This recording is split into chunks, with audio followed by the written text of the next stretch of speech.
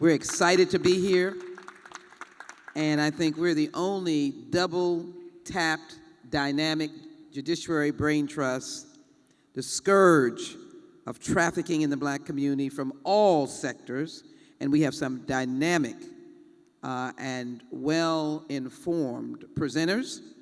And then, of course, H.R. 40. It is a reparations brain trust, a judiciary brain trust, H.R. 40, good for Black America and good for America. We're bringing in everybody, and each of you are stupendous in this effort. So I need a director to tell me, otherwise I'm getting ready to begin without the videos. All right. Let me do this for a moment. I just got off the floor of the House. I'm going to take a minute because sometimes you're on a lonely journey, counselor, as you were. There's a young woman in a horrible cage in Moscow through no fault of her own. And in this magnificent time in the annual legislative conference, if I tell one or two persons, I think it can be explosive. I just came off the floor of the House for an hour challenging my colleagues to stand up for Brittany Griner and fight for her to come home. And so I just take just a moment. Show and tell. Thank you.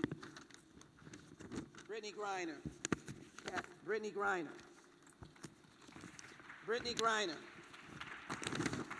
Brittany Griner. I'll hold this. This is Brittany Griner now. This is where the, yeah, hold them both up. I'm just taking a moment.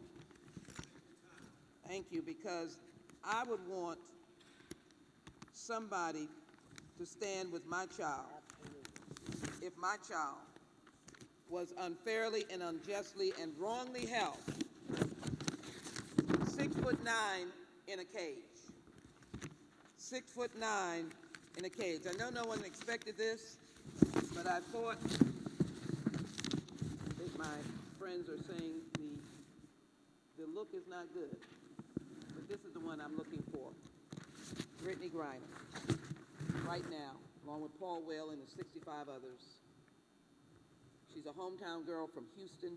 You're not all from Houston, but if she was in LA, Jackson, Chicago, New York, I'd be fighting with you.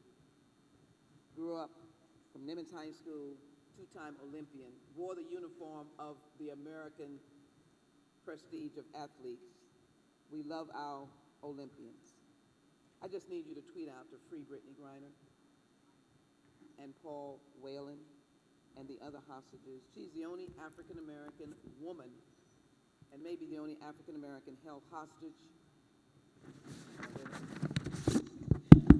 I'm so sorry. I want to, it's a passion of a mother. The only African-American woman to be held hostage in a cage in Russia. And the President of the United States has said, I'm ready to swap. And the only person to answer that is Vladimir Putin. My task is to get over there, because I will not rest until this young woman, Paul Whalen, is brought home. I had to take this moment, and I hope you'll remember, and I hope you'll find a way to tell her story.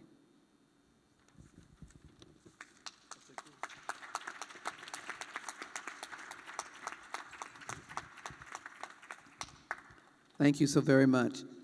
Is the video coming? I'm delighted that this is an international forum on so much of what we're talking about, from reparations to the scourge of trafficking. And so I'm delighted that Abikoa, a singer from Nigeria, will set the tone for this moment. Give her a very big hand.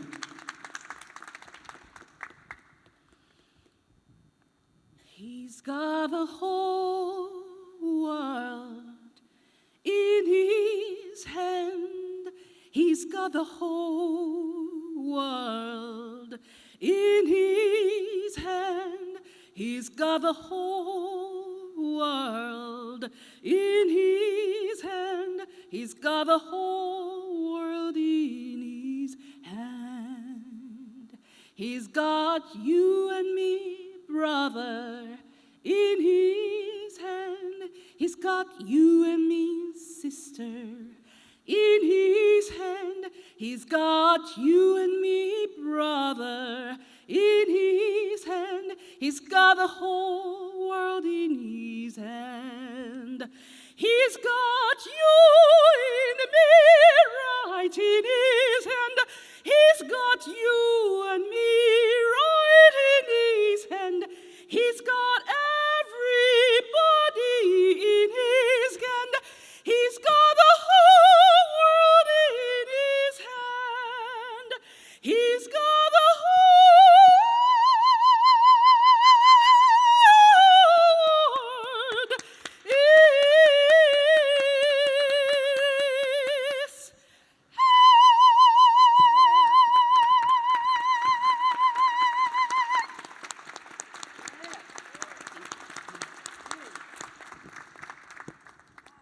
Abby Coy, I love you. You have set the tone for the vulnerable that we will be talking about today, and hopefully we'll come away with solutions. I'm delighted for the people, not the issue. Drug trafficking impacts the scourge, our children, our families, the horrors of drugs that permeate our communities, the horrors of cigarette trafficking that alter the landscape of health and economics, and the killing of Americans.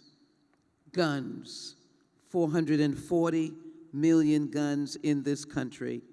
Most are bought in states that have no laws of consciousness. Permitless carry in Texas. Permitless carry in Texas. Lack of universal background check. No laws on storage. And those are several states throughout the land. So don't talk about New York and Illinois and California, who made an effort to put laws in place. I'll just go on down the road.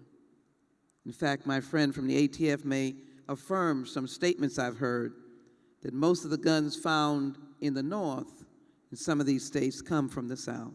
I love the South, that's where I'm from. But the scourge is killing our people.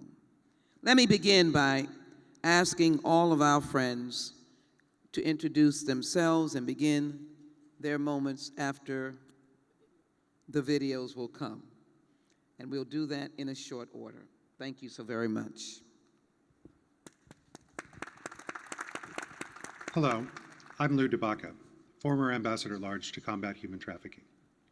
I'm sorry I can't be with you in person, but I'm on my way to New Haven for meetings on the future of modern slavery studies at Yale. I figured that might be all right because our host today is a proud Yale alum who's never walked away from the toughest issues of civil rights and public safety. Someone who's never let an injustice go unchallenged, Congresswoman Sheila Jackson Lee. I've been blessed to work with her in a variety of roles, from congressional staffer to U.S. diplomat, and she continues to inspire and inform me.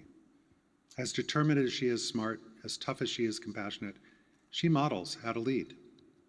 We worked closely together when our foreign intelligence surveillance was at risk. I saw how carefully she balanced national security and personal liberty. I saw her stand up to anti-immigrant forces in Congress, arguing in the best tradition that we are a composite nation, strong in our diversity. I've seen her effectively make the case that the only rational response to American slavery is a reparative one. Her leadership on H.R. 40 has moved the needle towards an honest accounting once and for all. And I was able to work with Ms. Jackson Lee on the issue of involuntary servitude and slavery, now often called human trafficking, so that people from around the world could benefit from America's successes and failures alike. Criminal responses often land most heavily on our communities. The power structure uses enforcement to maintain control instead of protecting and serving as we deserve. But Ms. Jackson Lee insists that law enforcement not be a tool of oppression. She insists on fair enforcement of just laws. Minority communities deserve to be safe, free from crime, with legitimate opportunity. Illicit trafficking, whether in guns, drugs, tobacco, humans, destroys that safety. It destroys that opportunity. Guns take away our children and young people in the prime of their lives. Drugs ruin lives and corrupt institutions. Unscrupulous alien smugglers pervert the universal dream of a better life for one's family. Tobacco smuggling both undercuts public health efforts in the Black community and fuels child labor in Africa, and may even undercut Black farmers' efforts to finally compete on a level playing field here at home. And human trafficking continues. Boys and girls in prostitution, men and women in the fields, victims in the sex industry, the unseen people cleaning our offices and sourcing our electronics. This modern form of slavery persists. We must see it, and we must call it for what it is. Just weeks after the guns of the South had been silenced, Frederick Douglass stood in front of the Northern abolitionists and told them not to celebrate or disband after their victory. He warned that the old snake of slavery would shed its skin and come back in new ways, and we'd have to be ready. He said that a full month before enslaved Black Texans would even learn of their freedom on June 19th. Douglass knew what was going to happen. He challenged us to meet the examples of the U.S. colored troops who emancipated themselves and their families in the march across the South. He challenged us to protect the immigrant, lest the enslavers simply expand their abuse to other communities of color. And at the end of his life with Ida B. Wells, he let the world know at the Chicago World's Fair how they were using lynching and sharecropping to try to reimpose slavery by another name. We too must call it what it is and stand up to it, to confront the traffickers in the shadows, preying on our communities with this illicit trade and brutality, to confront corrupt and brutal police who defend social exclusion here and around the world. As the late John Conyers taught me, we must combat this contemporary scourge of human trafficking in order to honor a sacred debt, a debt written in the blood of all of those who lived and died in chattel slavery, and all who died to end it. Thank you all for taking up this terrible, swift sword. And thank you, Ms. Jackson Lee, for leading us into the fight.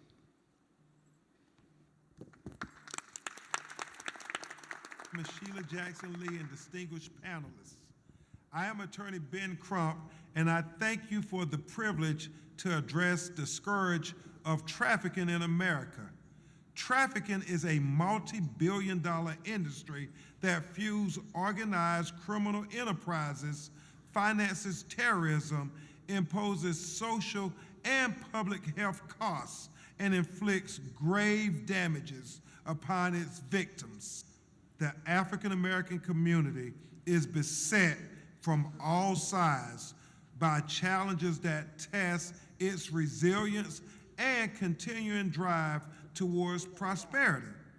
As we consider criminal and social justice reform efforts, it is important to examine how governmental policies combine to both enhance and diminish the interests of the community institutions. No issue better illustrates these challenges than the issue of trafficking, inclusive of human trafficking and illicit sales of guns, alcohol, and tobacco trafficking. These illicit markets are rife with criminal elements and exploitation, creating dangers for individuals, many of whom have been purchasing products and accessing services driven by the necessity of accessing alternate markets or methods to address their needs. According to the FBI, 57.5% of all juvenile prostitution arrests are Black children.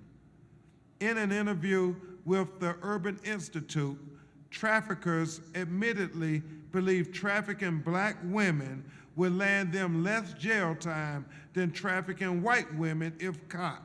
We appreciate so much Congresswoman Sheila Jackson Lee for addressing trafficking overall, because traffickers receive a slap on the wrist or a pass for trafficking Black children, and there is not an executive order nor a proposed rule to ban human trafficking. but there is an executive proposed rule to ban menthol to help the black community.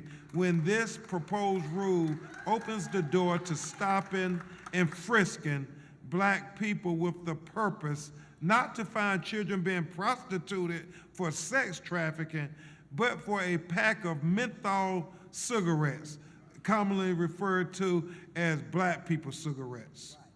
And while in and of itself extremely troubling, the foreseeability of increased stops of mostly black Americans is also problematic when considered alongside the fact that this proposed ban will undoubtedly create an illicit underground market for this product.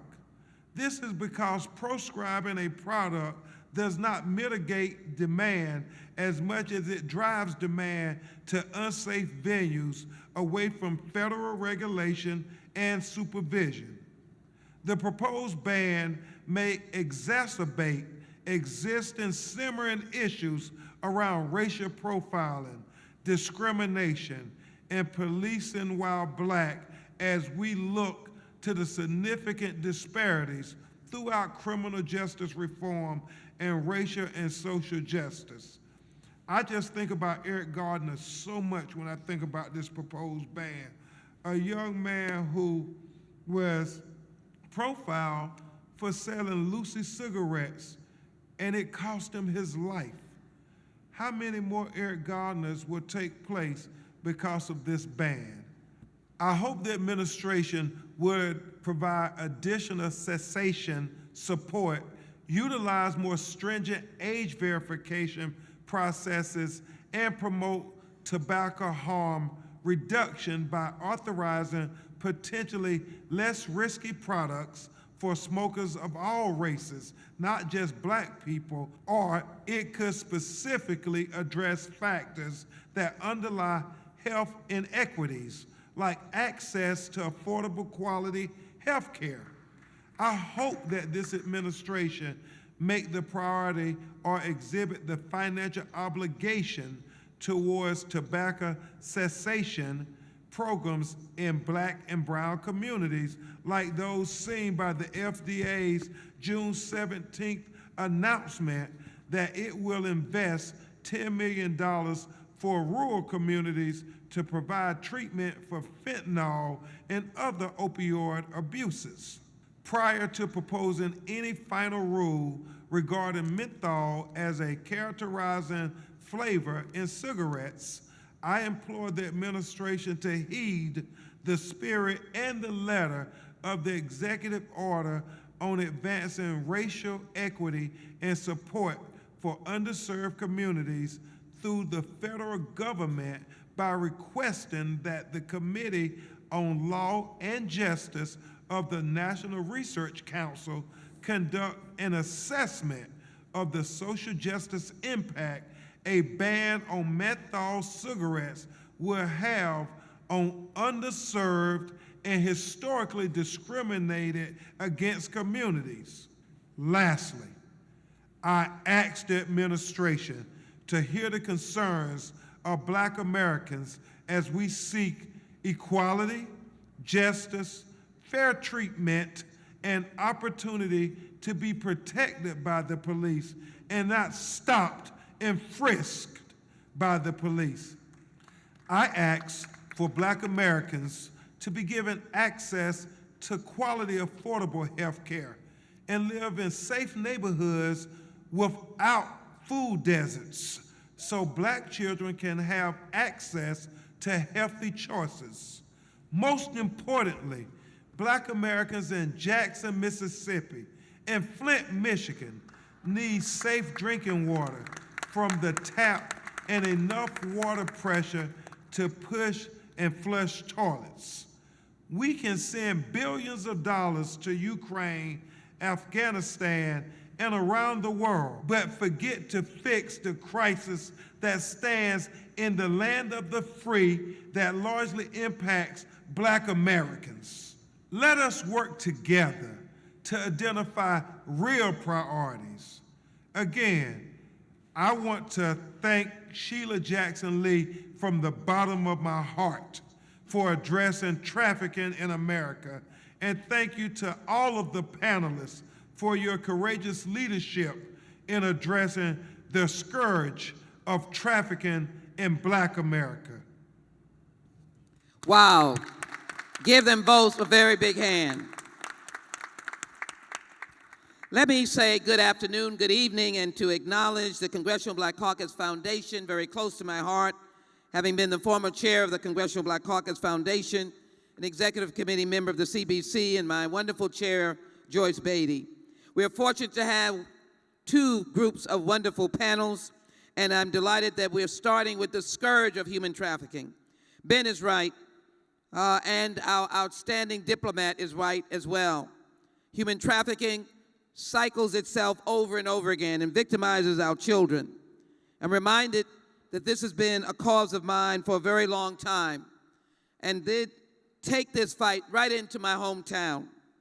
I fought the idea of Houston being the epicenter of human trafficking, urban as well as rural, and to realize that we held hearings in the early 2000s. Sadly, far too many children are victimized. I remember homeless children and runaways were arrested when they were the victims of trafficking, trafficked for sex purposes, any form of trafficking, guns, alcohol, cigarettes, and human beings and drugs can be the end of families, the end of your life. And so, as we begin this, let me thank my outstanding panel and give them the good news and the bad news. Speak quickly, get your point out, so that we can engage the wonderful people that are in this room. I'm so excited about your presence. Law enforcement has done many good things, and it is certainly well with hotlines. Human traffickers, however, are subtle and charismatic. They may be family members and they hang around schools. And then, of course, you'll hear me again say that reparations now, not yesterday, not tomorrow, but now. As I start with this panel, let me take care of some hometown business. Would all of my Houstonians and Texans please stand so you can know how happy I am that you are here, how happy I am to see you all. Councilmember Carolyn Shabazz, and Councilmember Boney, we are delighted that you are here, and the representative, the mayor of the city of Houston, Janice Weaver. I hope I've gotten all of you, and Judge Sharon Burney, we're excited about you, and as well, the board member on MMHRA, Gerald Womack, provides for the mental health resources of our community. I hope I've got you all. Every one of you are important.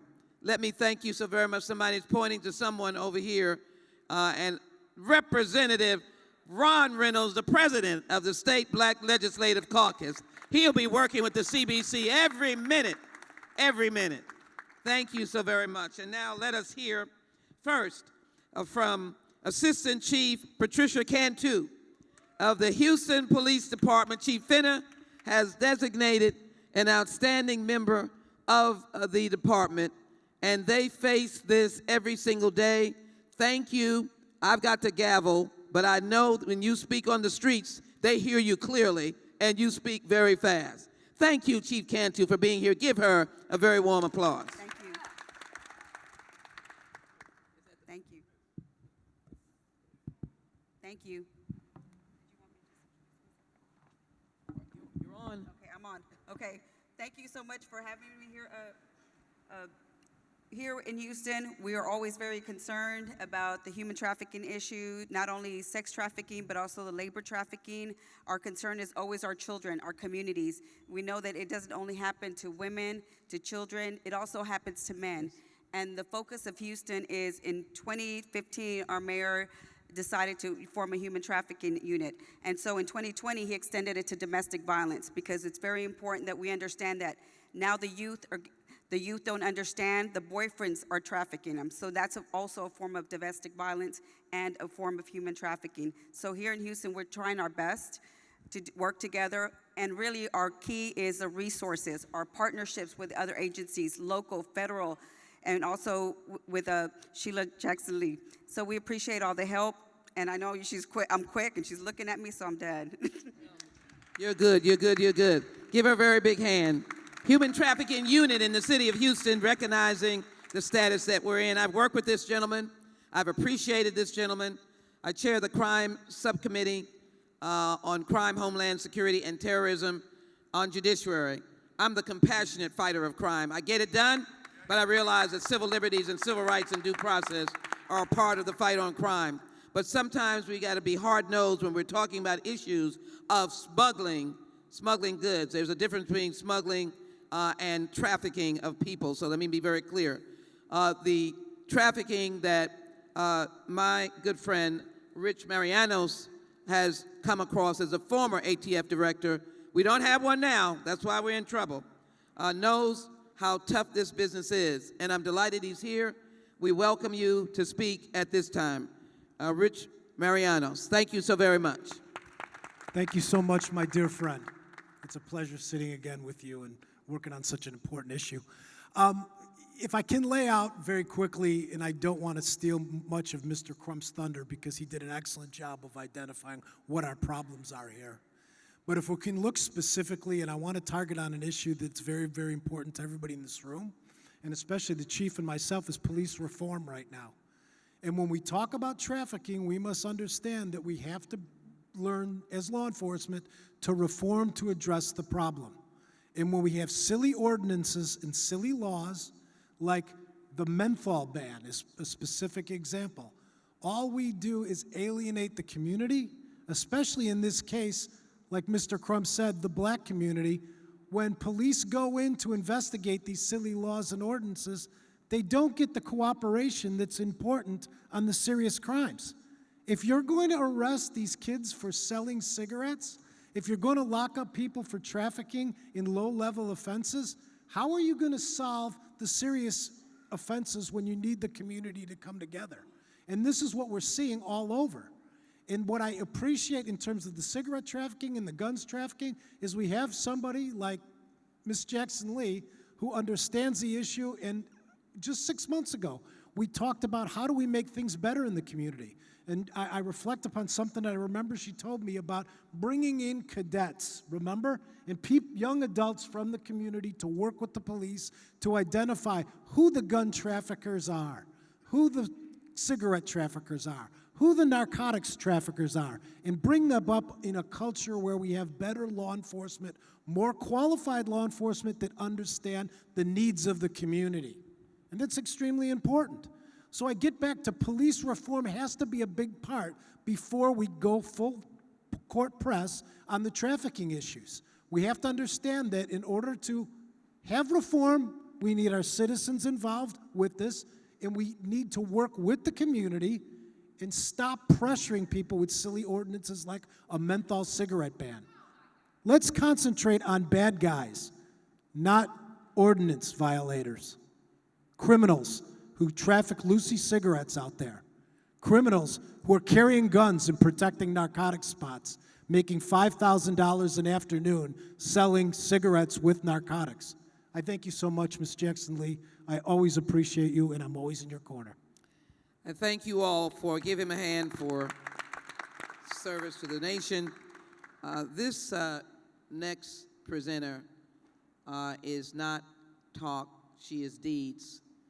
We're out in the streets together. She's out in the streets.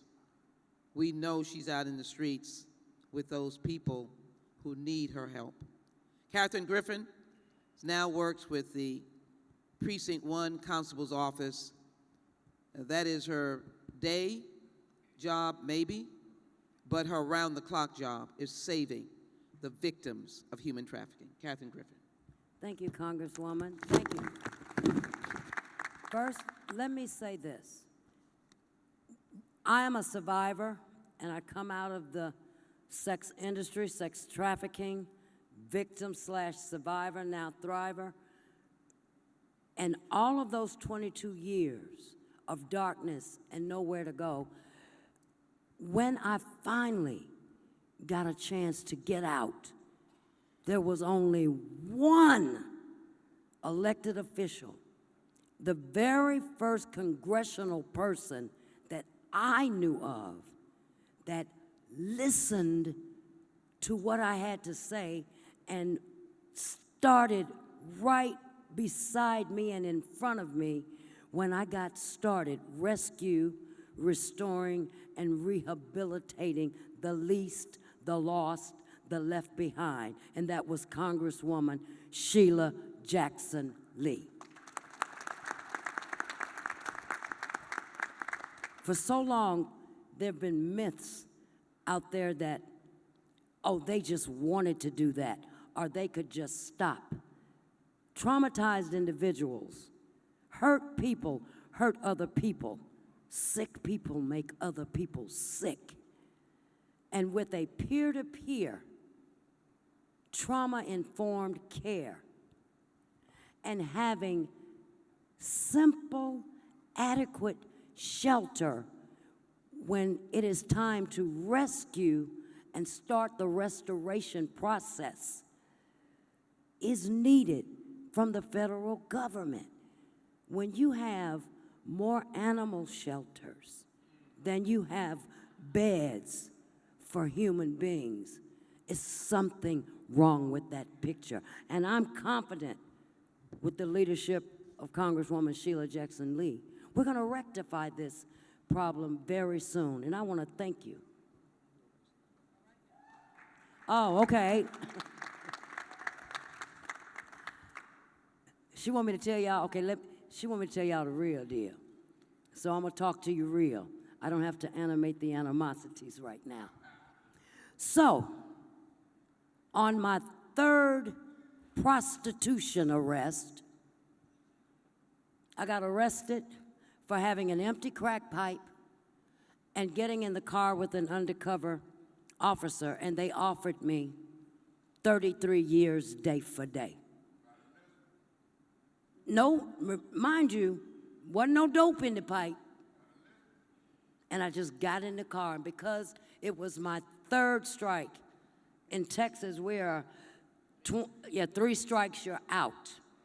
But by the grace of God, they started the first drug court, the Star Drug Court.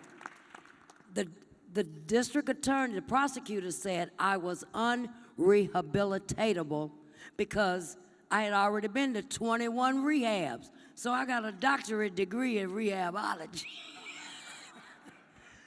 But this very last time, the judge said, I think we can help her. And they told me if I messed up one time, I would serve 33 years day for day.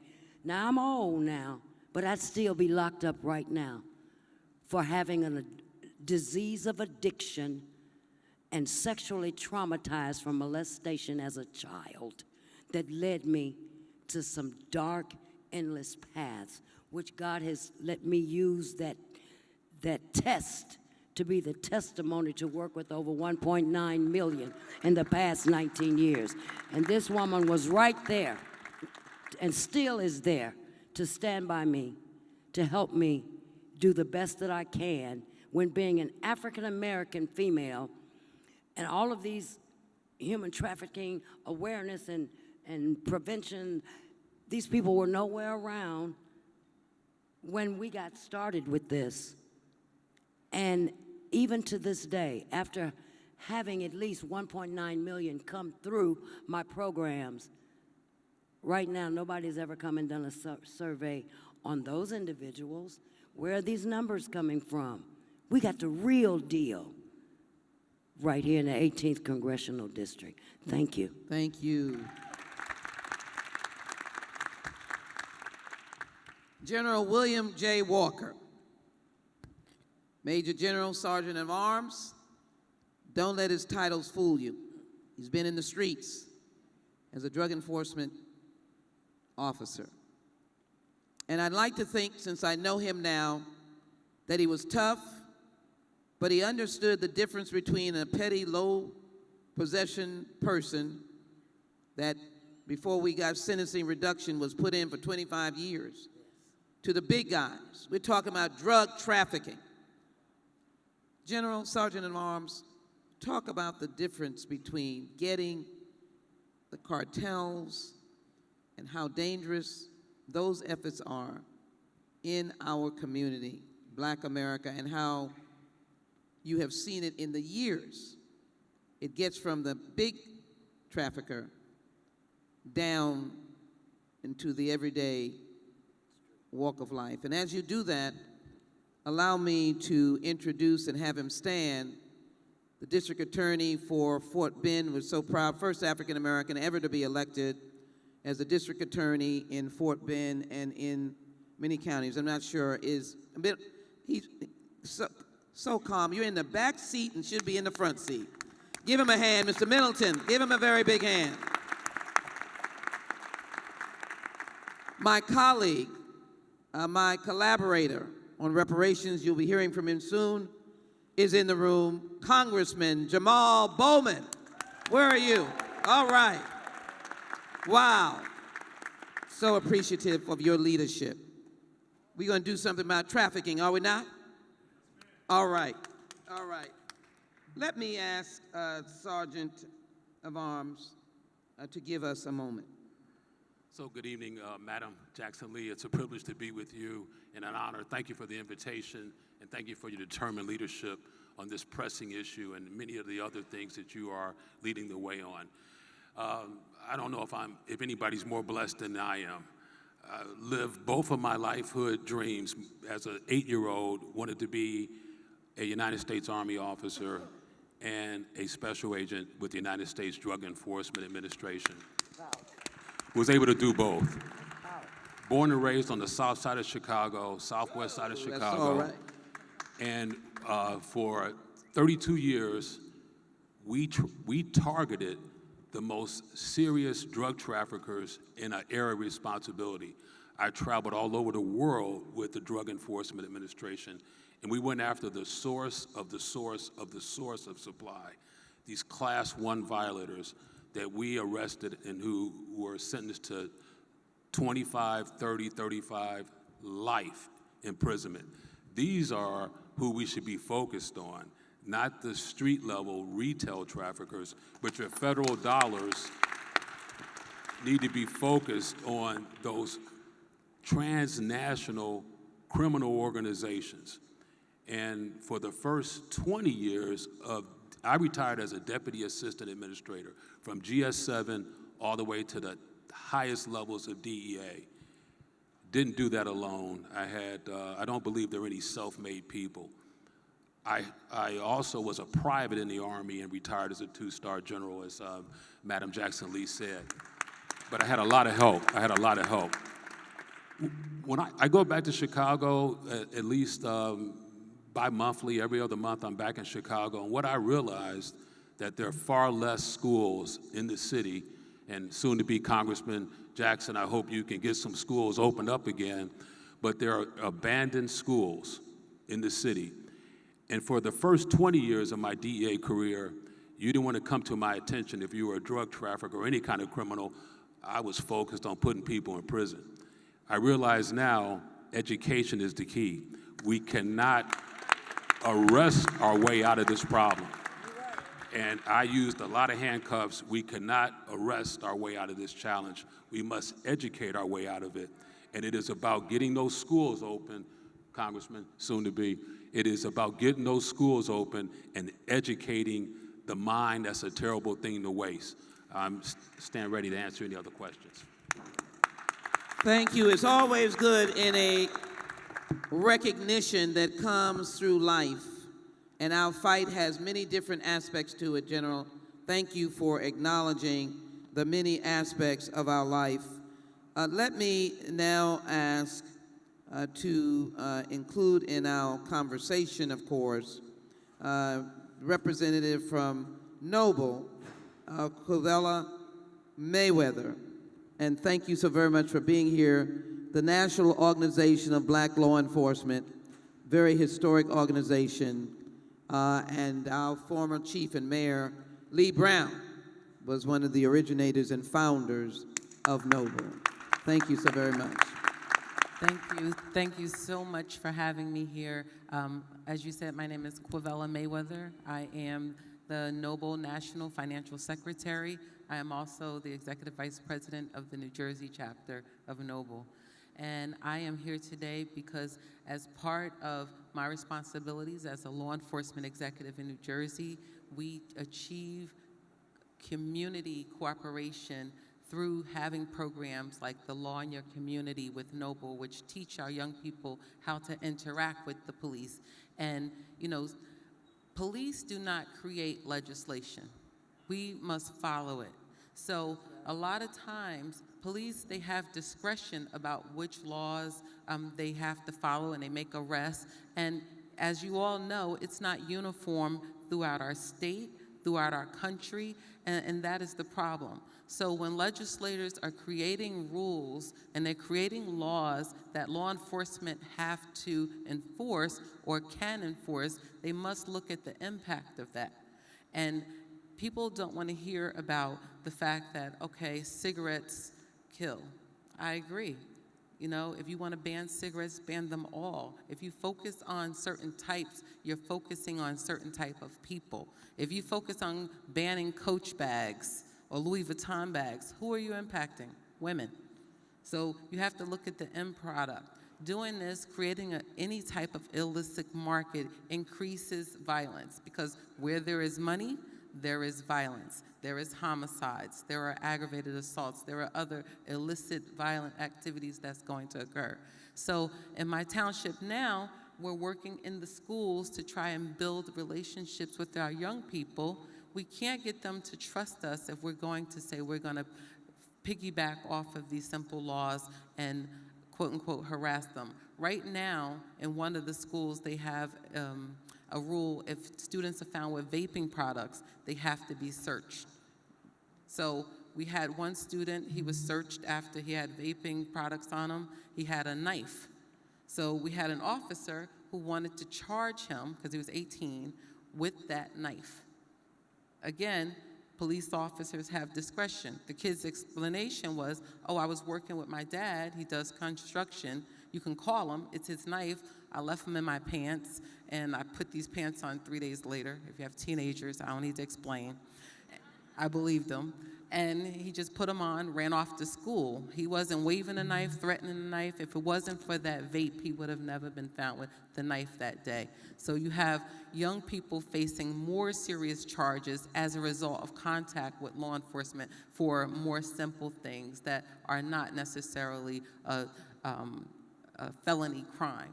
So I think it's important when laws are created that you look at and you talk to law enforcement about, okay, we're thinking about doing this. How would it impact our community and our young people?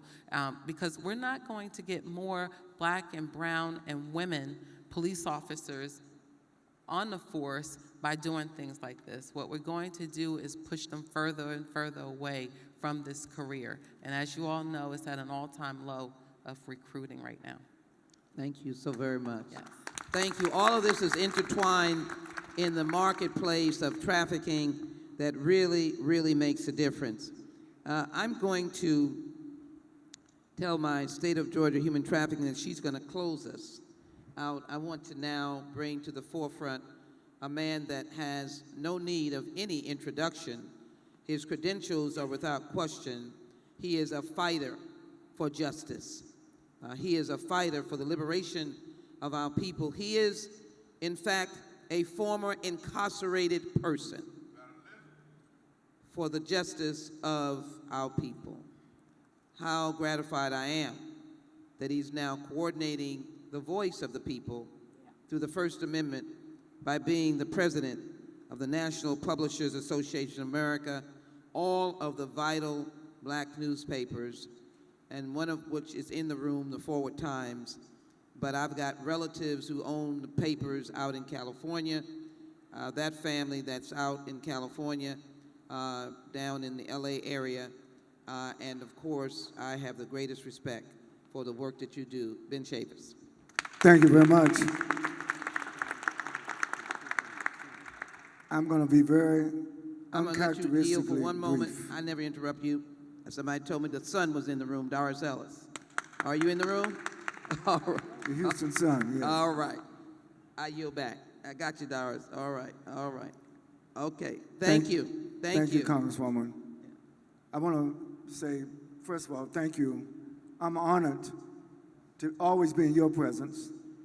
I'm honored to be in the presence of my fellow panelists, particularly those from law enforcement. It's always better to be on a panel with law enforcement than to be chased by law enforcement. So I'm here on behalf of the Black Press of America. We're celebrating this year the 195th year of the Black Press.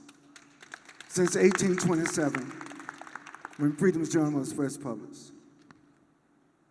Congresswoman, I'm 74 years old. And in my career of civil rights, human rights, environmental rights, social justice rights, prison reform rights, criminal justice reform rights, as I looked at the whole agenda of the Congressional Black Caucus this year, this panel, the scourge of trafficking, what is the connective tissue to all of this? It is racism. It is a history of dominating people of color. Trafficking is just not a domestic problem. It is a global problem. Of course, my time is limited, so I must go on the record to say that the National Newspaper Publishers Association, we are opposed to the menthol ban that the Federal Drug Administration is trying to push through. Who in the world would think that a federal agency under the Biden-Harris administration would do something that further disproportionately exposes black communities to negative interaction with law enforcement? Eric Garner would be alive today if he wasn't choked to death because of allegedly selling Newport cigarettes. Sandra Bland would be alive today in Texas. The police officer was mad with her because she wouldn't put down her cigarette. And we all know she didn't commit suicide. We don't have to hang ourselves in jail. Call her name, Sandra Bland. Sandra Bland. Don't forget her name, Sandra Bland. So I'm here to call for an independent study by the National Research Council, the Law and Justice Committee. Before this so-called menthol ban goes into place, we need to understand the impact that such a ban will have on our communities. And I just want to say that I'm here with my family. I'm from North Carolina. I was brought up in a tobacco community. I know a little something about tobacco. But I'm here, I don't smoke. So the reason why I'm opposed to the ban is because I'm opposed to racial profiling. I'm opposed to stop and frisk. I'm opposed to anything that's going to get us entwined negatively with law enforcement. But on the other hand, I'm here to support. We need more brothers and sisters in law enforcement. We need more persons of color in charge of law enforcement. I think what you're experiencing in Houston, I wish all jurisdictions could be like Houston, where you have a sensitive police chief, a sensitive mayor, and people, district attorney. We need more of this. I wish every community could have a congresswoman like Congresswoman Sheila Jackson Lee. You're a freedom fighter. Lastly, you started out about our sister in the Russian prison. She's a political prisoner in Russia. In the 1970s, I was a political prisoner in America. How did I get out of prison? It was the organization and the mobilization of people of goodwill across racial lines, across socioeconomic lines. We built a worldwide movement. And that's what we need for our sister. I want to be on that plane with you when we go to pick her up. Because, Jonathan, your father, led the way of sometimes governments are too slow to get people out of jail who should never be in jail in the first place. So I'm looking forward to a global movement to free our sister from that prison in Russia. And lastly, I'll say this. What are we going to do about the scourge of trafficking after this panel? Yeah, Don't y'all come up in here and hear all these good speeches, and then we don't do nothing. that's right. I noticed when my brother was speaking over here, there were some people shaking their heads. They disagree with what he said. That's our problem. We ought to be able to disagree and debate an issue without falling out with one another. We're talking about saving some brothers and sisters' lives. This trafficking thing is serious. We're talking about life and death, and we must choose life over death. We must choose life over the discriminating policies that affect our people, not only at the federal level, but at the local level, and the state level, and the regional level.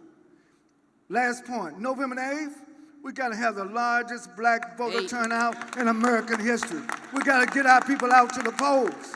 Because a lot of times we complain about the people who pass these policies against us, and then we leave them in office. We need to vote them out of office, and we need to vote people in office that have our interests. Save us. I'm through. Thank you. I Save yield us, my save time. us, save us. Save us.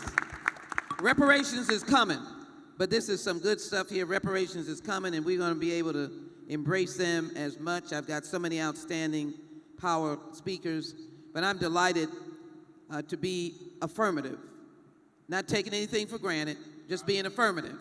When I introduce Jonathan Jackson as the next congressperson from the historic South Side of Chicago, who I will be looking forward, if I'm reelected. This is not a place where we mention that individualism. Family welcome, by the way. But I am excited that he is a new CBC member. That's what we should say. Potentially, if the voters go and do as they would hope to be done. But what I know him to be is that he is raised up in the fruits of justice, Jonathan Jackson. Thank you very much, Congresswoman Lee, and thank you for being an early supporter of my campaign and ushering in a generation from civil rights to continue the work that you've started. I'd like to say something on the trafficking and specifically with the children. Trafficking has been a human problem for centuries. When I was first invited to this panel, I couldn't help but think about Joseph, a child whose family sold him into slavery. He was trafficked, kidnapped, sexually assaulted, accused, then put into imprisonment. This is the trajectory then and now. The last country in the world, Mauritania, officially abolished slavery in 1981 and had to redo their constitution in order to have enforcement to abolish slavery in Northern Africa in 2017. Slavery is not over yet. And when I want to bring it home specifically to this panel, we've seen this just this past week in the state of Mississippi, where we see Mr. Brett Favre having money for women and children diverted to go to a volleyball arena, and then he asked the governor, can you find me some free labor, people that have some extra time on their hands? That is human trafficking and exploiting of our people. I'm honored to look forward to be a part of the Congressional Black Caucus and continue my advocacy. But when we talk about what's happened with children and guns and violence, Tamir Rice should be alive today. An officer waited no more than 3 seconds before he showed up in a park with a gun pulled and fired on him. A child, when we think of Laquan McDonald in Chicago, a child that was moving in the middle of the street that was shot in cold-blooded with officers then lying on him. So we do need great policing and great enforcement. But if you have one bad officer, they can poison an entire police department. We have to help law enforcement get the bad officers out of law enforcement. The last point I want to make on this, there's not one gun shop in the city of Chicago. There's not one gun range in the city of Chicago. There's not one African-American ammunitions dealer in the United States or that I can find in the world. Guns are being shipped into our neighborhoods. Who's shipping the guns? They're the same merchants that sell other products in our neighborhood. We need to cut it off at the source. Now, as bad as it is for children to have guns, there is not one city, one state where children can legally buy guns. If I'm afforded the opportunity to represent the 1st District of Illinois, I want us to strengthen the enforcement to go after the adults that are selling children guns. These are adults that are putting guns in children's hands, and we're over-prosecuting children and under-protecting them. Our women, our children are being over-prosecuted, under-protected, and I thank you very much for having me with you today. Thank you. These are the strong points that are being made. Let me have an expert close us out. These panelists have been outstanding. Give them an applause. Let me have Nation McDowell, State of Georgia, human trafficking fighter. Bring us your knowledge. Thank you for being here. Thank you so much, Congresswoman. It's a pleasure to be here. I have the honor of representing the Children's Advocacy Centers of Georgia, and we oversee the child sex trafficking response for the state. And one of the things that I want to point out is that we can't have this conversation around human trafficking without also having a conversation about child sexual abuse. And you mentioned it earlier, and thank you so much for just being transparent about your story. But 70 to 90% of child sex trafficking victims experience childhood sexual abuse at some point in their lifetime. And so we have organizations such as child advocacy centers within our communities that see our kids throughout that child developmental continuum. They're seeing a lot of our child sex trafficking victims in the early stages when they've experienced neglect, when they've experienced abuse, physical or sexual. And unfortunately, when we're not implementing the proper services for our kids, they fall victim to trafficking later on down the line. And so I don't know if you know of your child advocacy center within your respective communities. Clap if you know who your child advocacy center is and where it's located. So hopefully, one action item that each of you can take away is figuring out where your child advocacy centers are within your communities and supporting them, because they are the ones providing the forensic interviews to these kids after they've experienced some form of abuse, including child sex trafficking. They're also providing medical services and therapeutic services free of charge to the family. And so we have to amplify these services so our families know where to go. We also have to understand that there's a such thing as a child sexual abuse to prison pipeline, and that we have kids that are experiencing early life circumstances such as abuse and unfortunately are being criminalized because of their trauma. And we have to do something about that. And a big part of that is making sure that they get the services early on, but the biggest piece is prevention and making sure that they don't experience these type of abuses at all. And so I just wanted to point out the importance of course, prevention, but also knowing where your service providers are and who they are and how to get them connected so that your children can receive the services that they need. But it takes all of us at the table. Law enforcement can't handle this issue by themselves. Child welfare can't do it by themselves. So just knowing that you all are in the room is that first step. And it takes a community-wide interdisciplinary response to child sex trafficking. So it's an honor to be here today, and we hope to continue this conversation. Thank you so very much. As we close, let me just be very clear and pointed. States have done some things about trafficking. The federal government has not. And so it's now time for the federal government to correct past wrongs. They've left victims with criminal records that they don't deserve. People who've been trafficked, whether for labor or sex, are not criminals. Victims who deserve victim-focused, culturally informed programs are not getting them. And we are going to work in a Judiciary Committee, collaborate with our state friends, and listen to them about doing the trafficking and making unlawful items that will push our community into trafficking, and then stop the gun trafficking. And remember that the sex trafficking, one of the most prosperous acts of trafficking, because they recycle the children, and then to make sure that the guns that we don't bring in are killing us or we're lifting up and using them, that we look at the scourge of drug trafficking as a very serious action that needs to be taken against by the civil rights leaders and African Americans, lawyers, elected officials, to find in the right way to not make our community victims over and over again, but to bring them into the light. I'm delighted and thank Assistant Chief of Police Patricia Cantu, Kahan, former ATF Director Rich Marianos, and they should be here for you to engage, but we must go to reparations. Govella Mayweather of Noble, Catherine Griffin, a leader on human trafficking, against it and saving people with Precinct 1, General Sergeant of Arms William J. Walker, Nation McDowell, State of Georgia, Human Trafficking, Abby Koya, who sang and said, we've got the whole world, he's got them in his hands, and of course, Benjamin F. Davis, National Publishers Association of America. Give him a big hand as we bring forward our reparations panel. We thank you.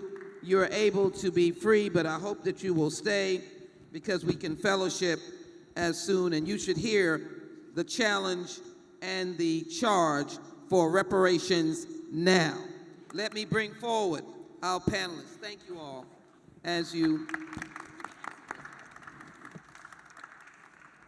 shouldn't move one iota. May I shake your hand? Let me, don't leave, hello.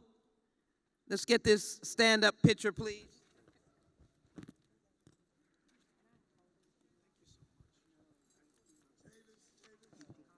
Don't move. All right. Yeah.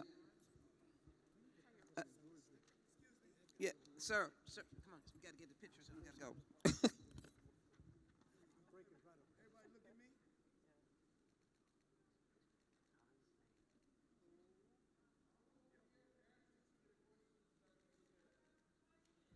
We're going to be in the audience.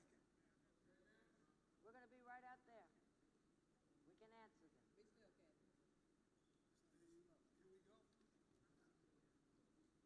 Thank you very much. To the audience, let me be very clear.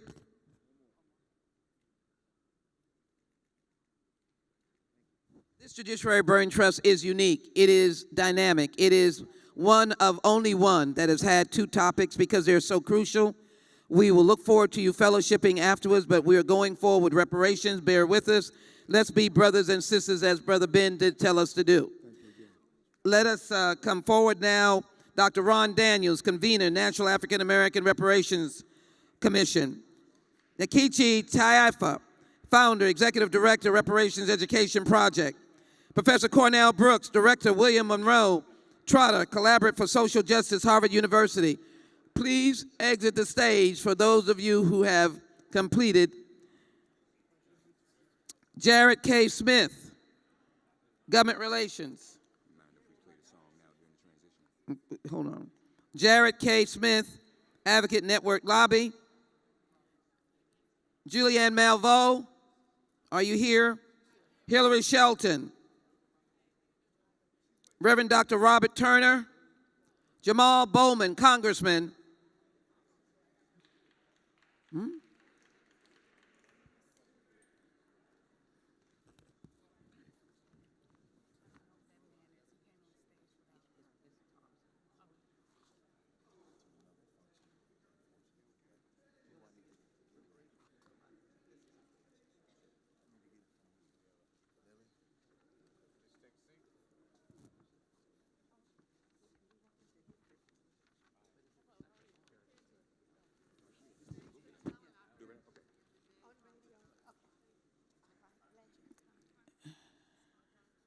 Yeah. How are you? Good. Thank you. Okay. Dr. Daniels. Yeah. Congressman, are you here?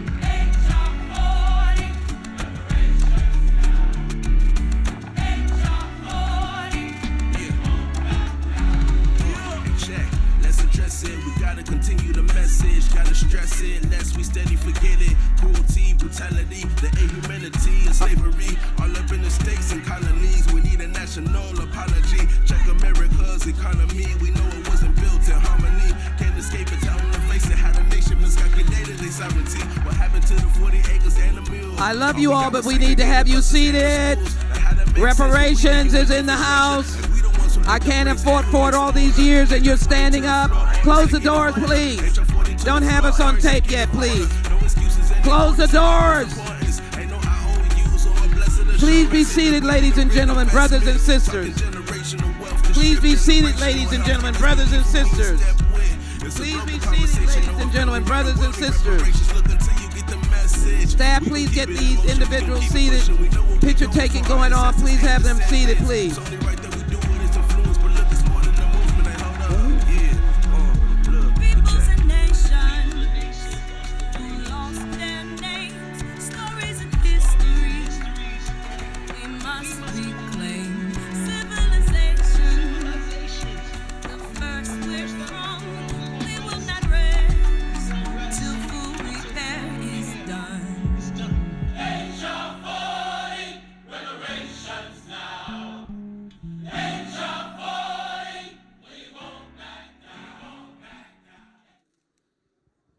All right. We have toiled, we have struggled, we have fought. We have tried to stand up against the wrong facts and wrong-headedness. We've even tried to go without people to get them to understand, take the bag off your head when we talk about the word reparations. H.R. 40, the Commission to Study Slavery and to Develop Reparation Proposals.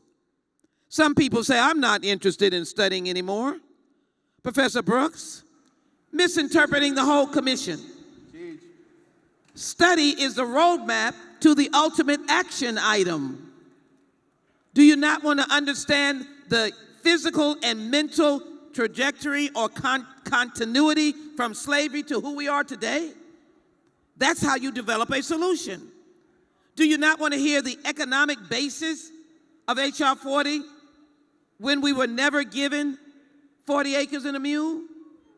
Do you realize that that is not frivolous, but an actual order by General Sherman, of which we could have multiplied and been conglomerates, CEOs of multinational companies, because we got 40 acres and a mule? Do you understand that Reconstruction never was completed?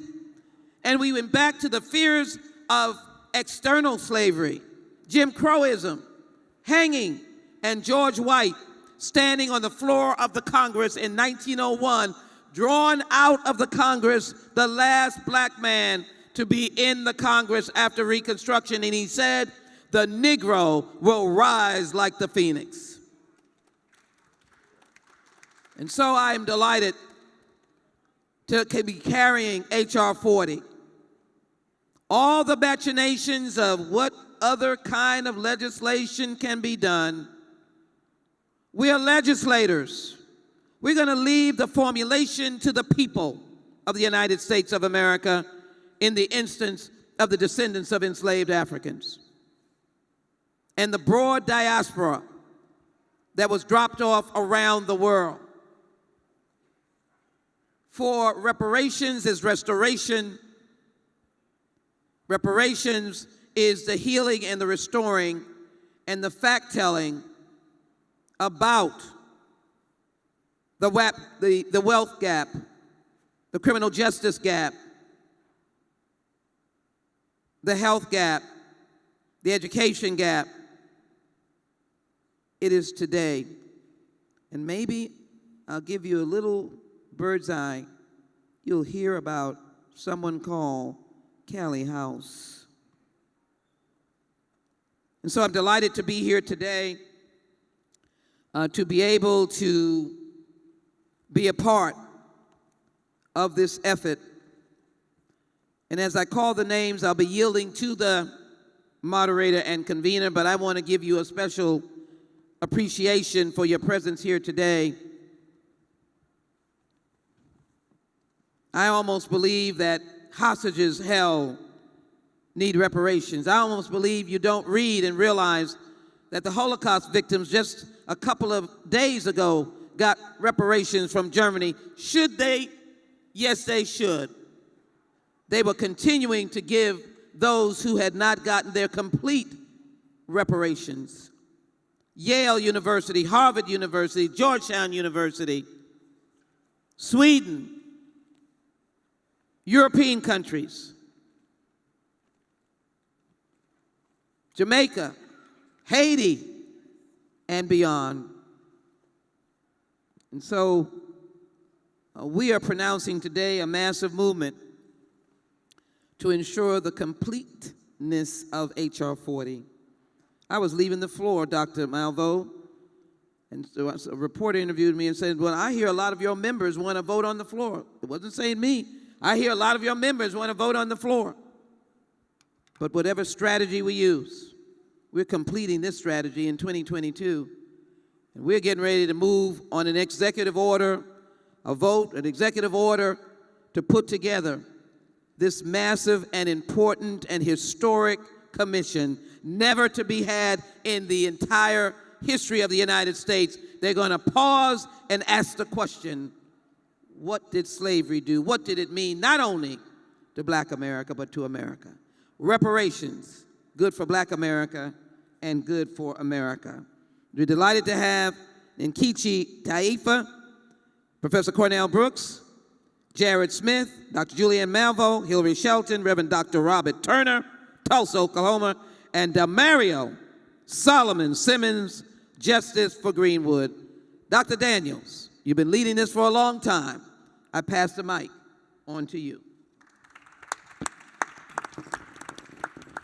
Thank you very much, Congresswoman. And let's first and foremost say that Congressman John Conyers is looking down. Queen Mother Moore is looking down. Callie House is looking down. And they're looking down at you, Congresswoman, because you have provided the most visionary and courageous leadership to take us to the point where we have 196 co-sponsors. And we have Kenneth Henry out there in the audience from NCOBRA, the National Female Co-Chair that's helped lead that effort.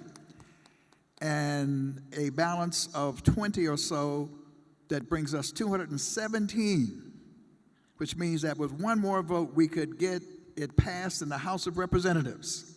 That has never, ever happened in the history of the struggle for reparations. Let's give it up for Congresswoman Sheila Jackson Lee. Courageous, visionary leadership has taken us to this point. So we want to now yield the floor to another congressperson who has been in this battle, and someone is my neck of the woods, so I have to watch him carefully. I got to get him on my radio show too, so I'm making a public appeal here. He is the congressman from New York, freshly elected, bad, bold, and visionary Congressman Jamal Bowman.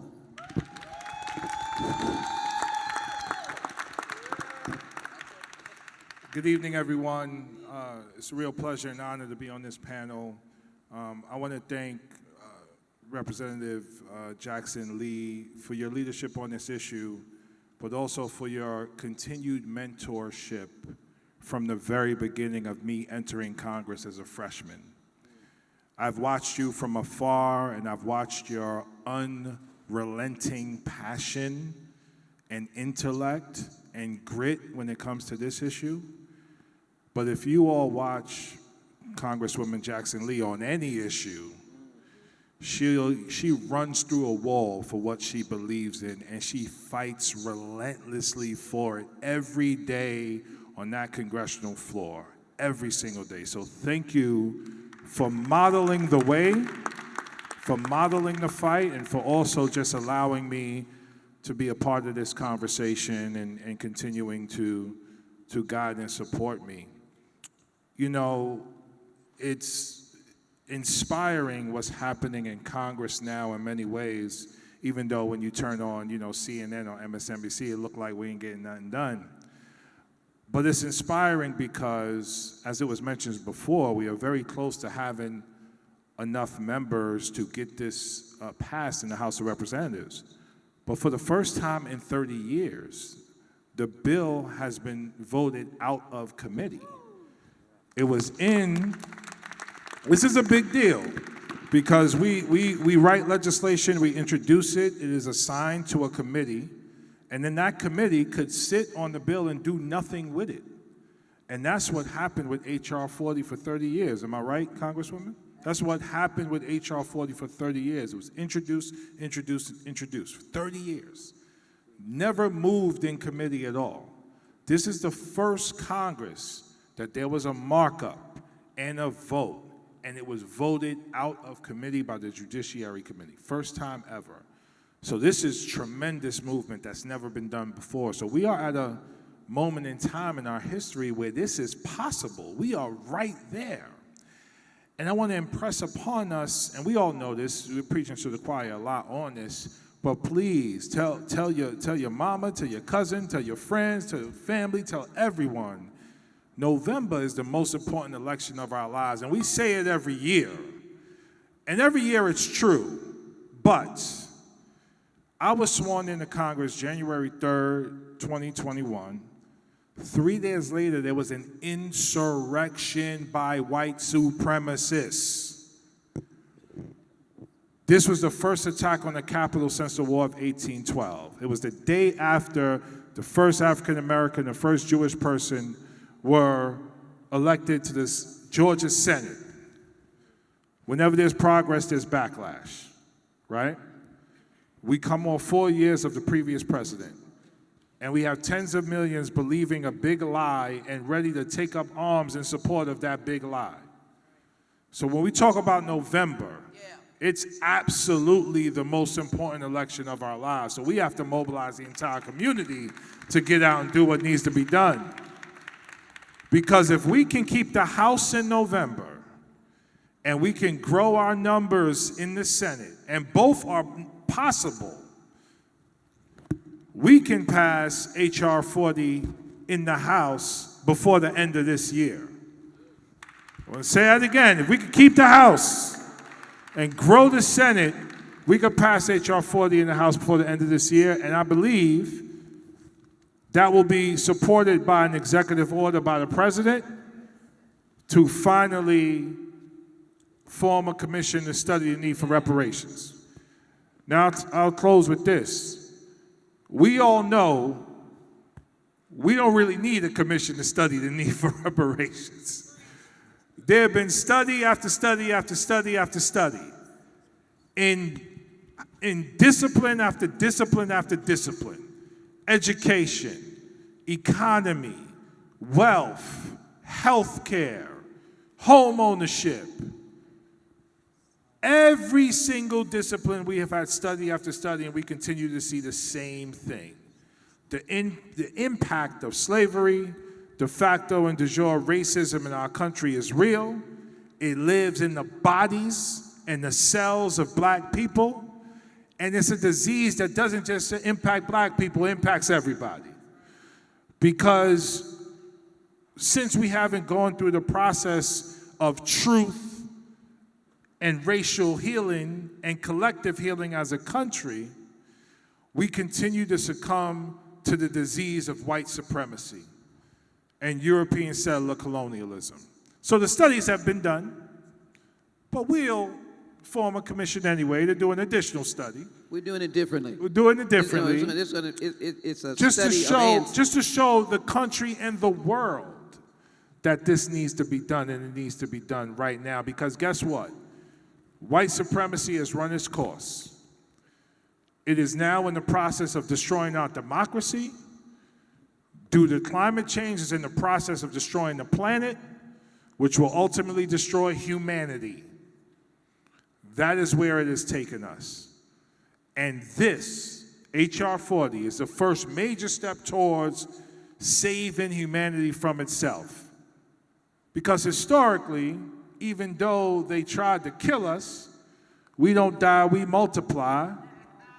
And every time white folk get in trouble, they come to us to save them anyway. So we're about to do it again. Thank you so much, Madam Chairwoman, and thank you so much for allowing me to be a part of this conversation.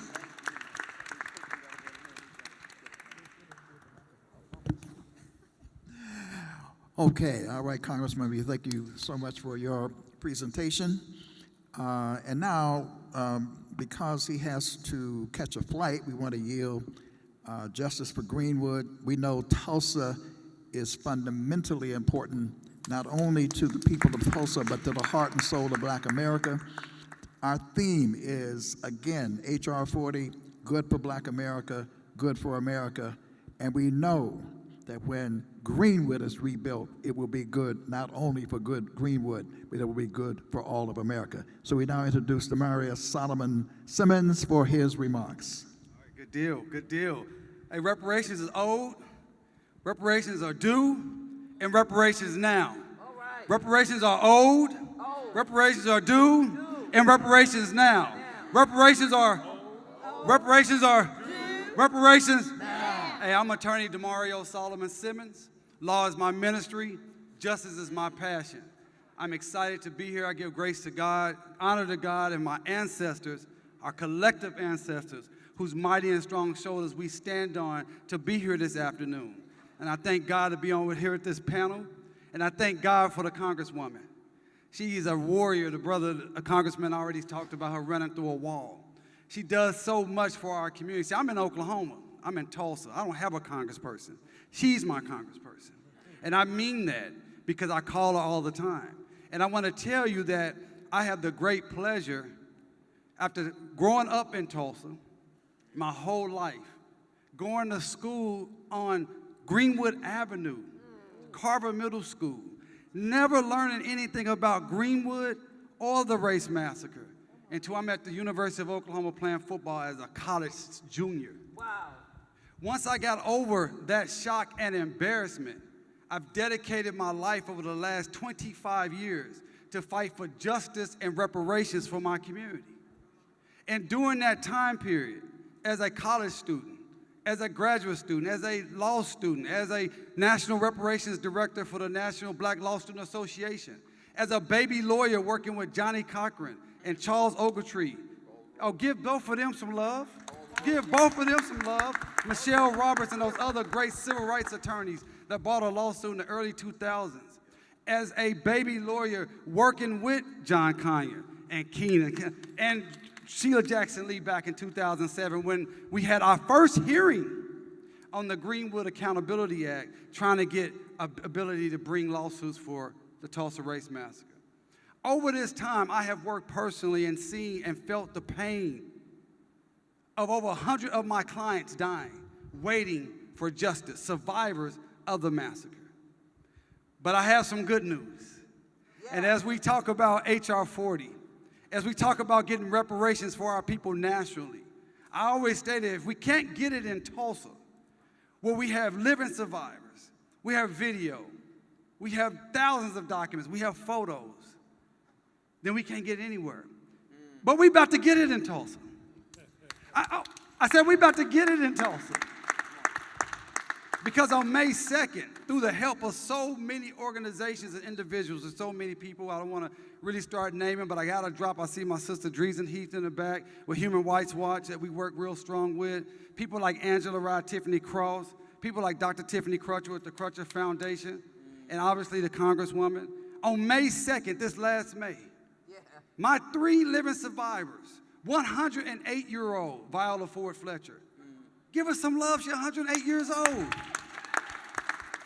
107-year-old Leslie Benefield Randall. And 101 plus Hughes Van Ellis. We made history on May 2nd. We were the first ever reparations case in the history of this country to survive what's called a motion to dismiss, meaning our case is moving forward.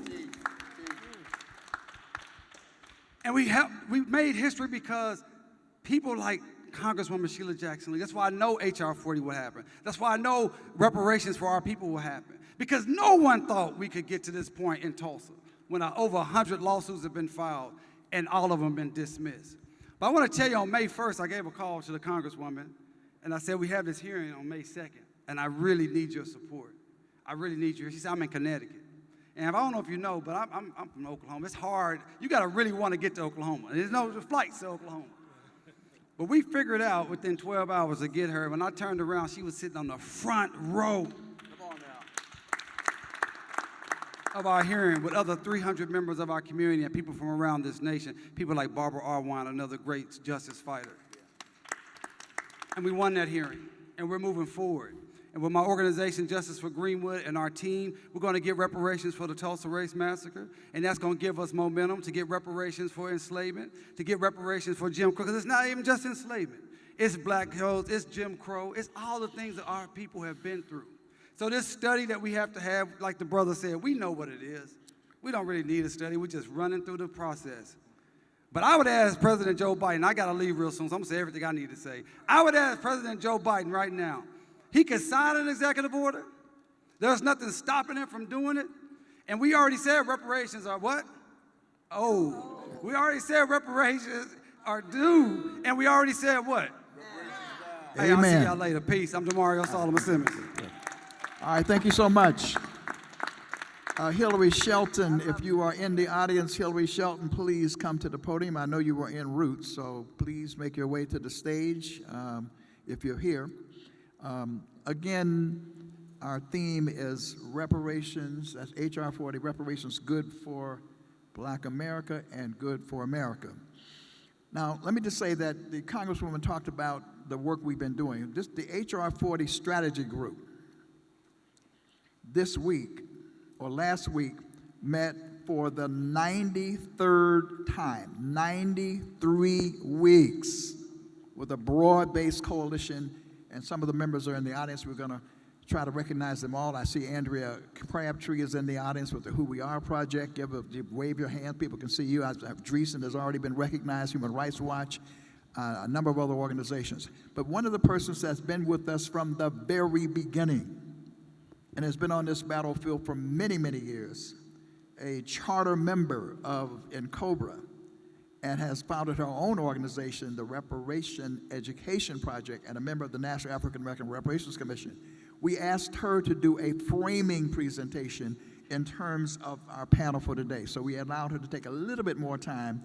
That means everybody else has got to be a little tighter as we move down. Would you please now reach our warrior sister, Nkechi, attorney Nkechi Taifa. You have the floor.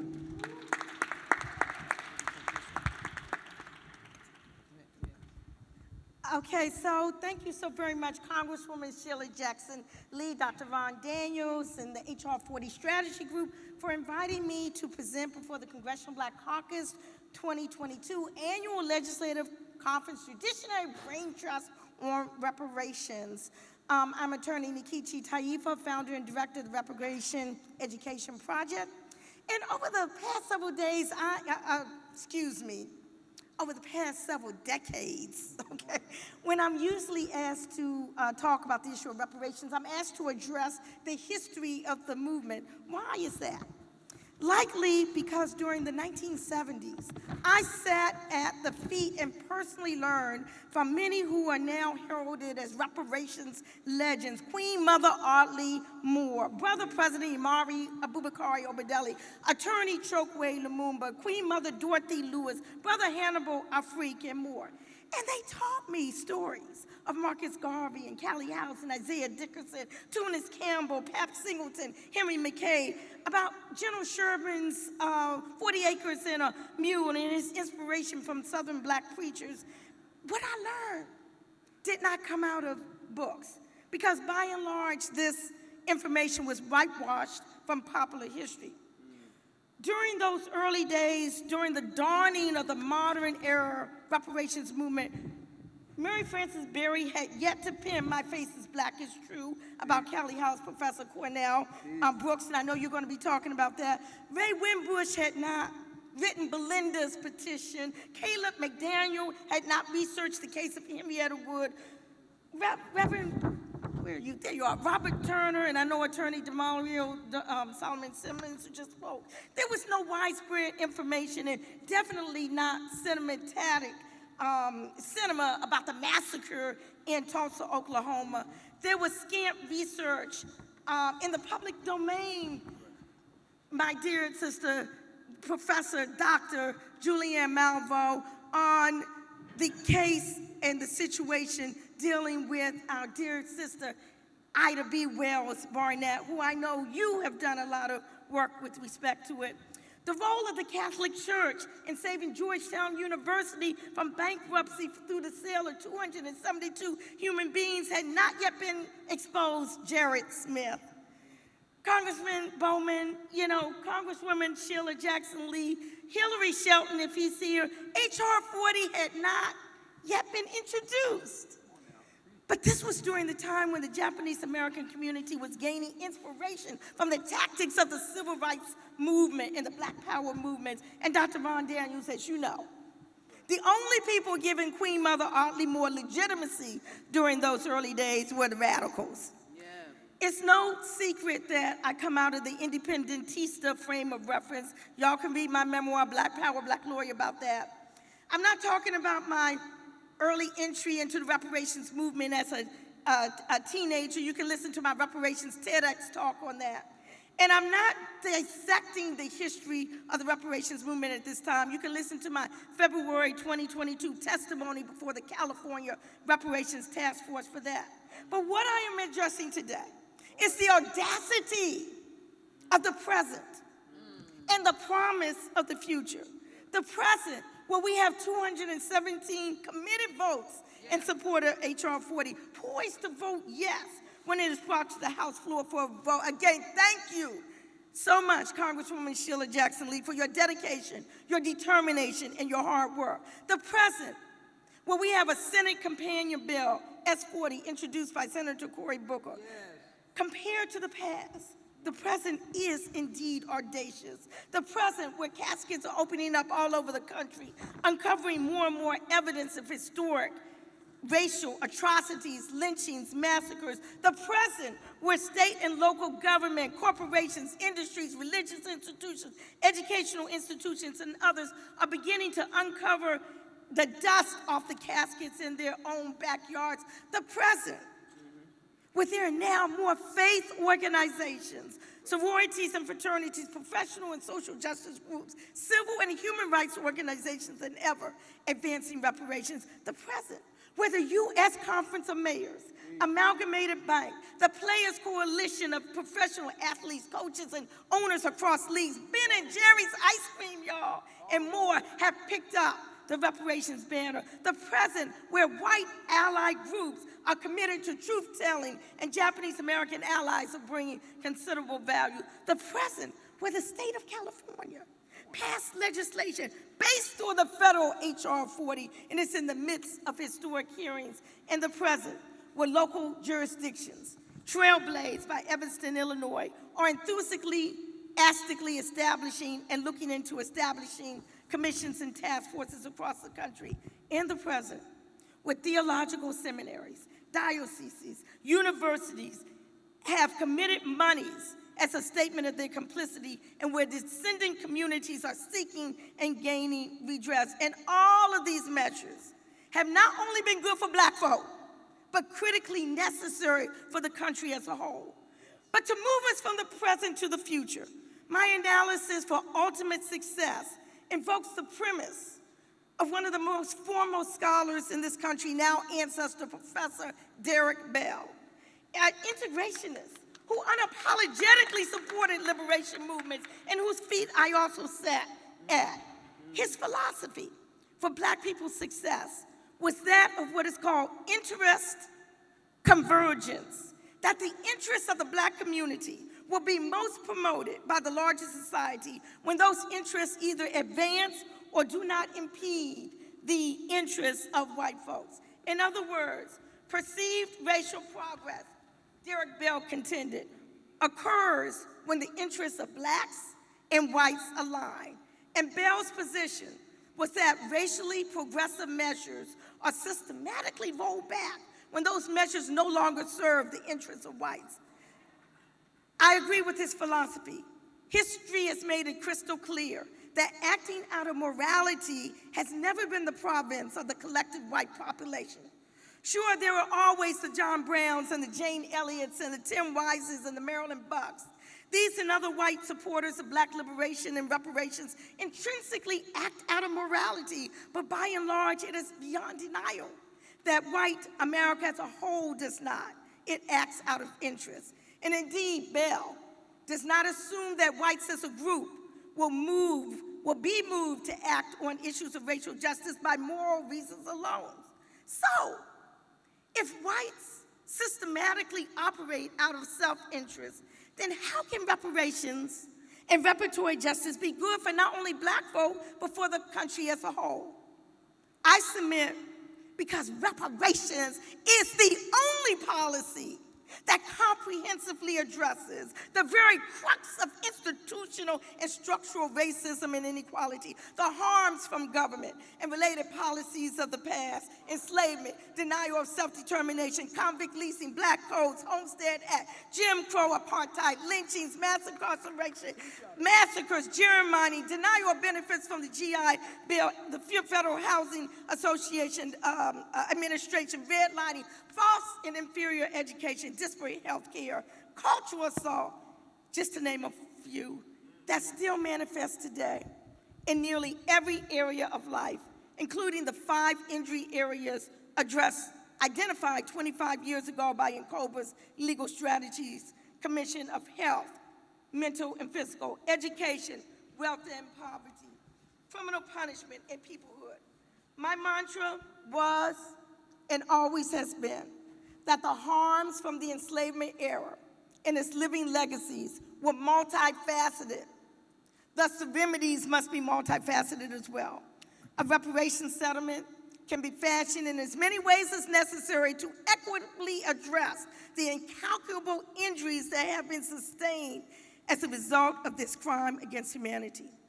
In essence, we must explore and ask ourselves, what is the symmetry, the areas of nexus between what is good for black folk and good for America as a whole? When we can adequately answer that question, there will be no need to defend H.R. 40 and reparations against attacks. When we can adequately answer that question, there will be no delay in enacting H.R. 40, both legislatively as well as via executive order. And when we can adequately answer that question, there will be no onslaught against the teaching of true history in the classrooms. And when we can adequately answer that question, there will be no problem expanding support for reparations. Amen. Where interests will be aligned. Amen. So in conclusion, I just want to say, the quest for reparations for the descendants of African people enslaved in the United States is a legitimate concept that is rapidly gaining acceptance in the mainstream.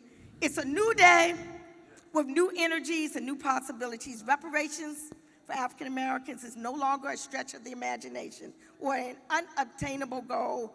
It is very likely a reality, and if we keep our eyes on the prize, achievable in our lifetime. Thank you.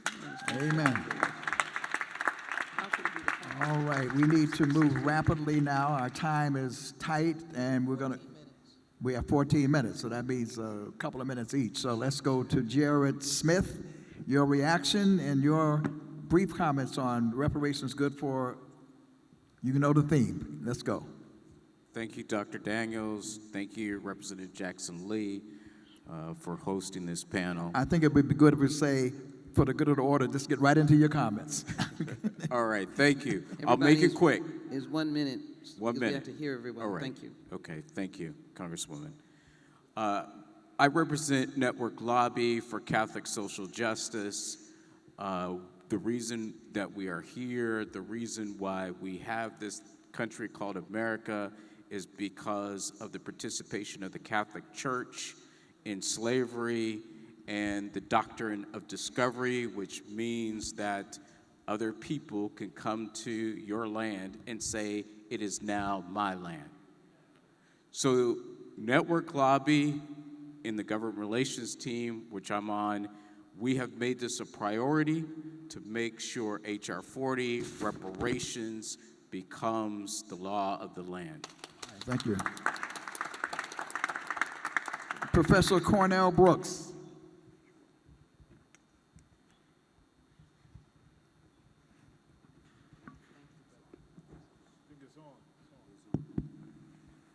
So let me just begin very briefly by saying thank you to the Congresswoman and to the whole of the panel. And I'll be very brief here. I'll lift up 2 points. The first of which is a hidden face. That hidden face is Callie G. House, the foremother of reparations, who the historian Mary Frances Berry captured in her book. She gave birth to this movement well over 100 years ago, built an organization of between 300,000 and 600,000 people, brought the first federal litigation, a first federal case seeking reparations. She was unjustly, unfairly, unconstitutionally prosecuted for mail fraud.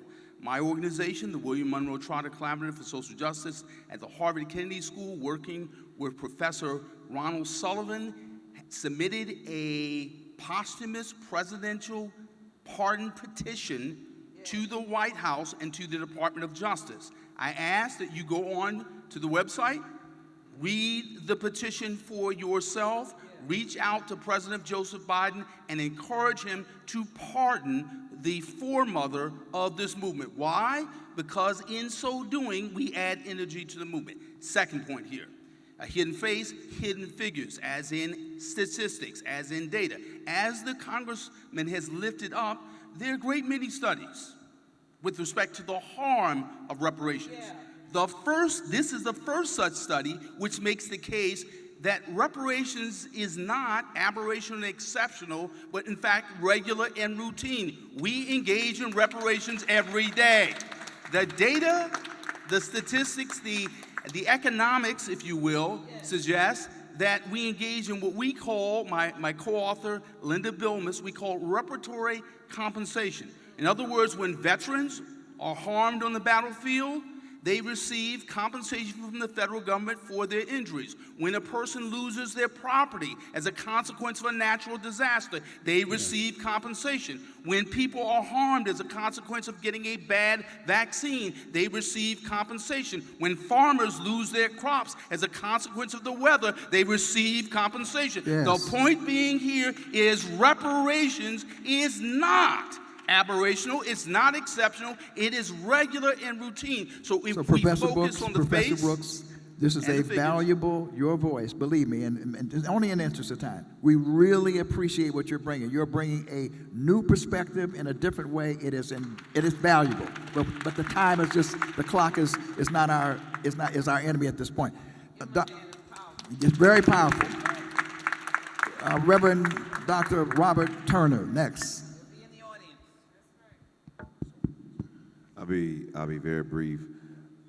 Reparations, as I think the only pastor on the panel, it is a theological construct with spiritual significance.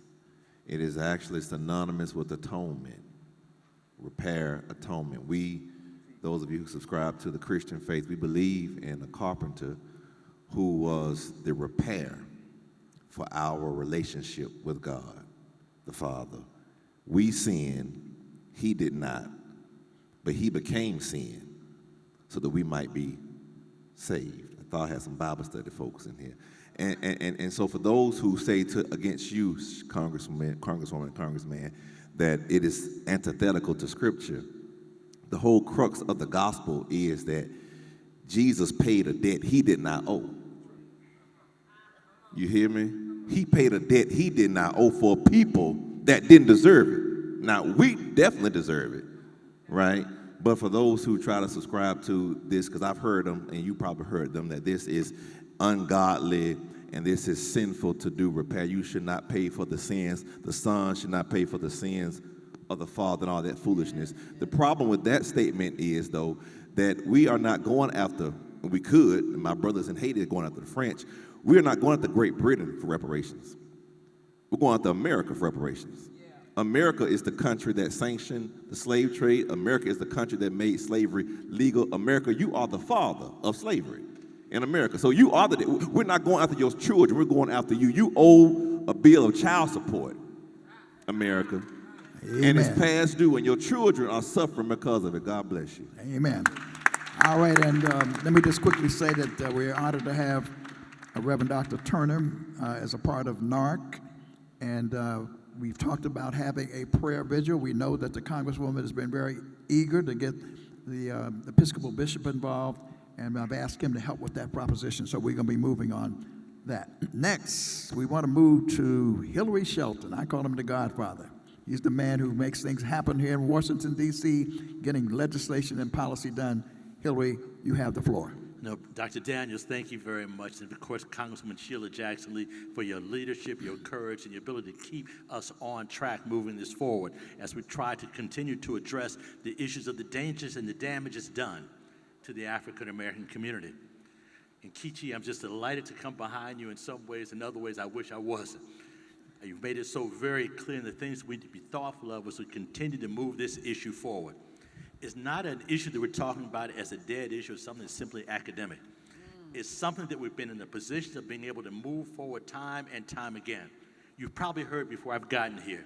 We've had the first hearing, official hearing, of the Judiciary Committee Constitution Subcommittee on this issue, bringing together many, many of the brilliant minds to help us move it forward along those lines. So let me end by saying it this way.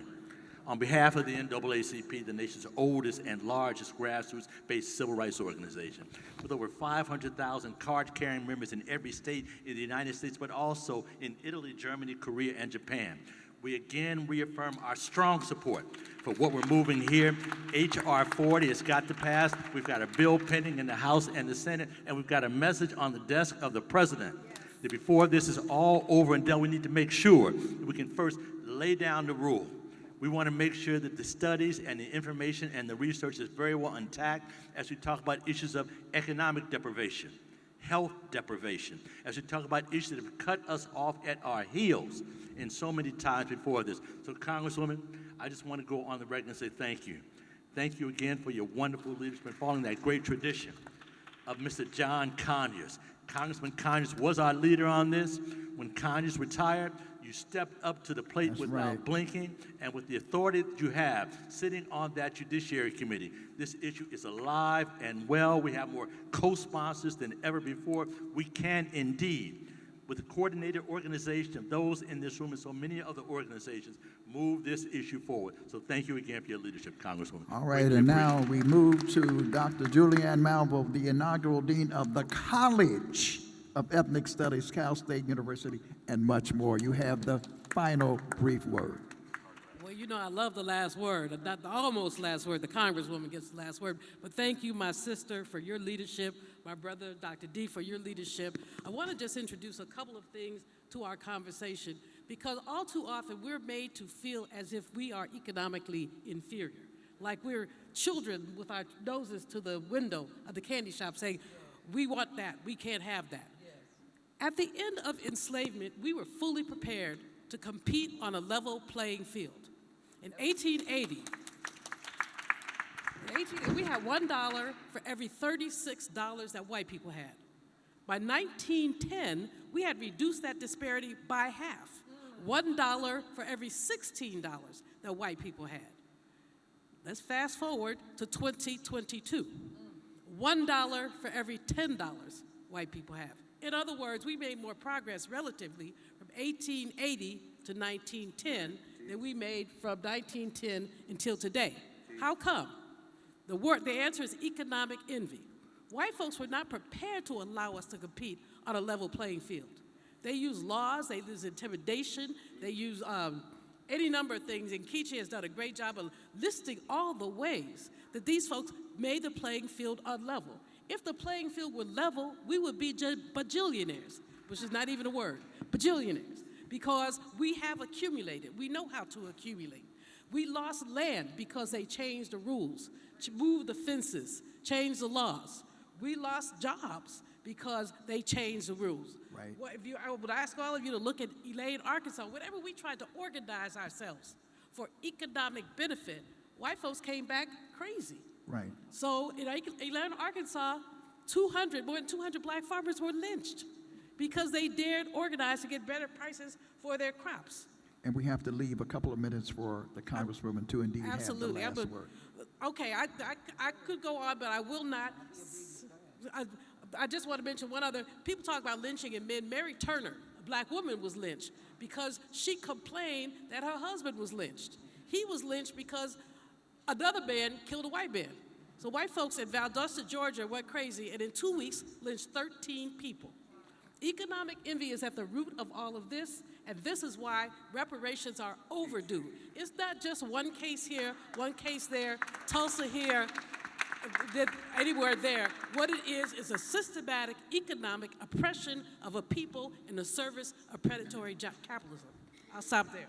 All right, and now and the good thing about this is being streamed. People are seeing it all over the country, and that's good because we're mobilizing, we're organizing. Let me just say this final word, and I borrowed the words from Reverend Mark Thompson. He has said that President Biden has the opportunity by signing this executive order to have an Emancipation Proclamation moment. I agree with that, and I yield the floor now to our leader, the Honorable Sheila Jackson Lee. Outstanding, outstanding. Is Reverend Mark still in the audience with a beautiful song that we heard? Thank you so very much. Let me just be very clear. I'm the clarion call, respecting the time that we have. Let me just simply say this is a call to America. This is a call for every person of dignity to stand up and acknowledge, as a descendant of enslaved Africans, that it is due, it is time, it is now. It is not in any way an offense. It is a defense. It is right and righteous. We want that executive order. We want to have a vote on the floor if we can do so. But we want to recognize most of all that the importance of dignity for people to be able to respond to those 246 years plus of slavery, when we worked from sunup to sunset, when we picked cotton and never got insurance, never got salary, never got workman's comp, but kept on going. We never doubted, we never died, we kept on going. We lifted the economic engine of this nation. We built Wall Street, we built the Chicago Commodities Trade, we built the building of which I go to work in the United States Capitol. We built the White House. We went to the shores of other places, put on the uniform, and died and bled. It is time now for H.R. 40 to pass. Go out, tweet, demand the executive order. It is time. Come work with us, march with us, pray with us, and get it done. Thank you very much.